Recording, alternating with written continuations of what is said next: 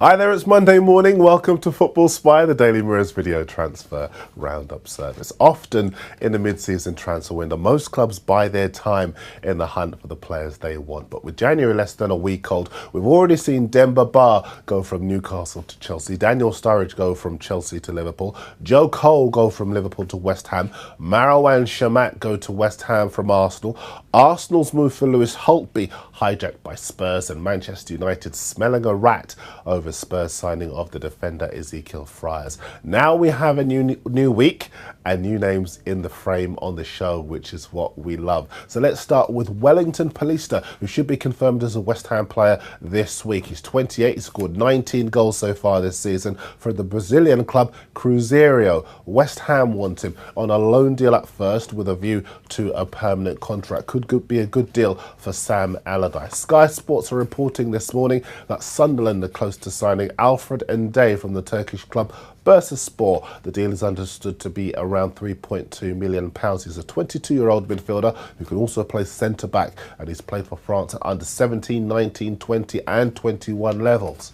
Elsewhere, Celtic want to sign the Braga winger Helder Barbosa. He's 25, he's a left winger, and he's played once for Portugal last year.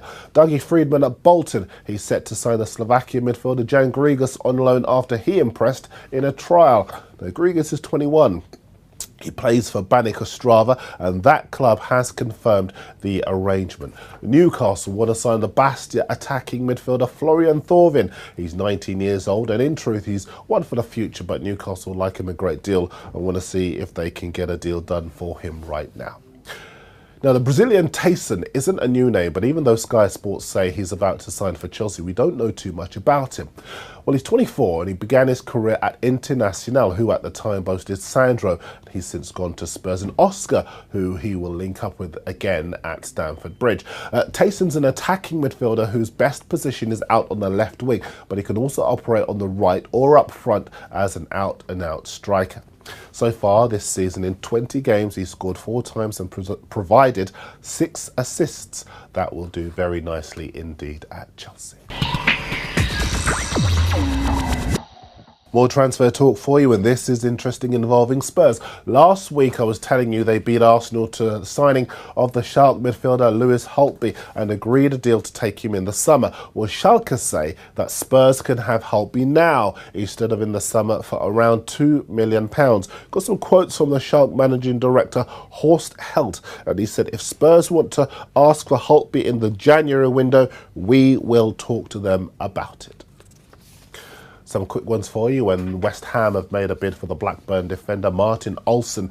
Wigan are keen on the highly rated Barnsley defender John Stones. He's 18, he's a full-back, and he's attracted the attention of Chelsea, City, Everton and Sunderland. As usual on the Football Spy show, we've got reporters in newsrooms around the country waiting to give you the word on the street involving your club. Today we join Johnny Fordham in the Reading Post newsroom for the latest on some rather interesting transfer moves by the manager Brian McDermott. From the Reading Post newsroom, well, the latest news from Madejski Stadium is that Reading have moved early so far in the January transfer window. They've already bought in Sporting Lisbon's captain Daniel Carriço. He costs about £500,000. He's a 24-year-old who can play in midfield and also at the back, and so there's a little bit of excitement around him at the moment amongst Royals fans. The club are also looking to bring in Australian midfielder Thomas Rogic.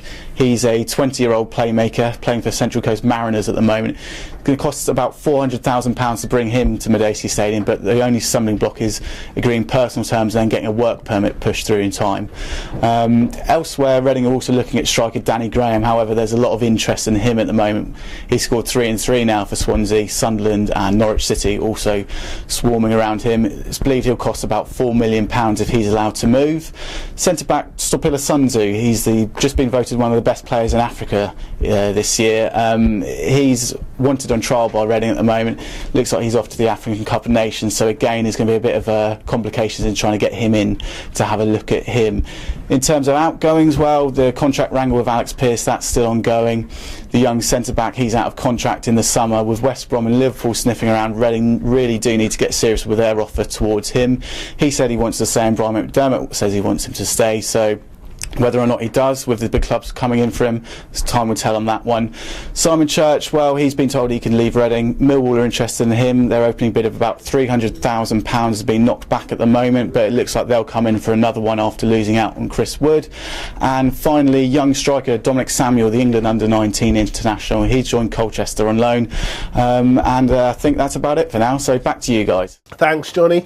Johnny Fordham from the Reading Post. Now, our talking point for today is Frank Lampard. The Sun back page has got confirmation from his agent that he will not get a new deal from the Blues and that he will leave at the end of the season. Fair enough, that's Chelsea's right. And he's 34 and on big money. But the ruthless way in which they're going about it is raising eyebrows. So we're asking, would it be better for Lampard to see if a club will take him now rather than in the summer? Hashtag Football Spy if you want to get involved. Master Pete says depends on the offer. Pipes83 says pretty sure he's contractually obligated to stay until the summer. Yes, we know that, Pipes, but we want to know if he should leave, if a club is prepared to take him in this January transfer window. A few more for you. Mike Robbins says he should go and help Uncle Harry to keep QPR and then go to LA Galaxy. Gary Gornall says Frank is too much of a man to walk away. He wants the Chelsea goal scoring record. Shocking treatment from the club, however. And Rob Glass says he's probably should go, but he's always been stubborn and he's probably going to use his next 6 months to show Chelsea what they are missing when he does go.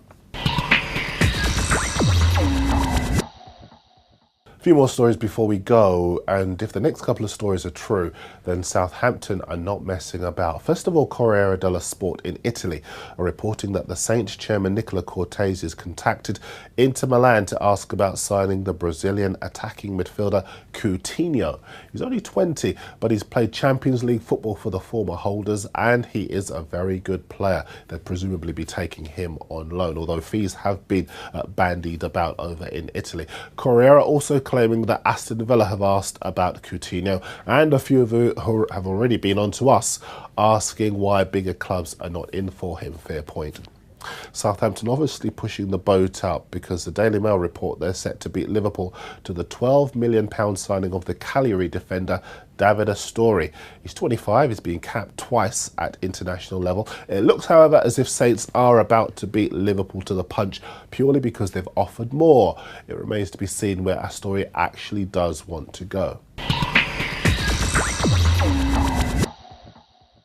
Now, as usual, we're interactive on the Football Spy Show for your questions, your comments and your views on the transfer window. To kick us off, we want to know, first of all, what you think your club needs, and second of all, who you want your club to sign. It's very simple. Tweet me at Darren with the hashtag @FootballSpy, and we will read out your comments on air. The Football Spy Show is back with you for 2013. I'm a bit rusty, but I'll see you next time.